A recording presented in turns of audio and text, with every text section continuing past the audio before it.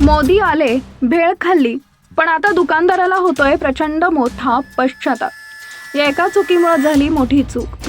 पश्चिम बंगालमधल्या झारग्राममध्ये प्रचारादरम्यान नरेंद्र मोदी अचानक एका छोट्या स्टॉलवर थांबले। साधेपणानं भेळ मागवली आणि पुढे जे घडलं ते पाहून सगळेच थक्क झाले। दुकानदार विक्रम शॉपसाठी तो क्षण म्हणजे स्वप्नच होतं। देशाचा पंतप्रधान स्वतः त्याच्या दुकानात उभा त्याच्याशी गप्पा मारतोय, कुटुंबाची विचारपूस करतोय आणि त्यानं बनवलेल्या भेळीचं कौतुक करतोय। आसपासची गर्दी, कॅमेरे, गोंधळ आणि त्या सगळ्यात विक्रम शॉ पूर्णपणे हरवून गेला। त्या क्षणी त्याला काही सुचत नव्हते, काय बोलावं, काय करावं, फक्त हा क्षण जगायचा होता। पण जेव्हा मोदी तिथून निघून गेल्यावर विक्रम शॉला एका गोष्टीची खंत वाटू लागली, ती म्हणजे त्याने पंतप्रधानांचा ऑटोग्राफ मागितला नाही। आयुष्यात एकदाच मिळणारी संधी आणि तरीही काहीतरी राहून गेलं। तो स्वतःलाच विचारू लागला, मी इतका गोंधळलो का, इतका भावुक झालो की साध्या गोष्टीही लक्षात राहिल्या नाही।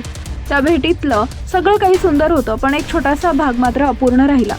विक्रम शॉनं त्या क्षणी पंतप्रधानांचा एक साधा ऑटोग्राफही मागितला नाही, ना फोटो काढला, ना कोणती आठवण जपून ठेवली। फक्त त्या क्षणात तो हरवून गेला। आज तो म्हणतो, जर त्यावेळी थोडंसं धाडस केलं असतं तर आयुष्यभरासाठी माझ्याकडे एक अनमोल आठवण असती।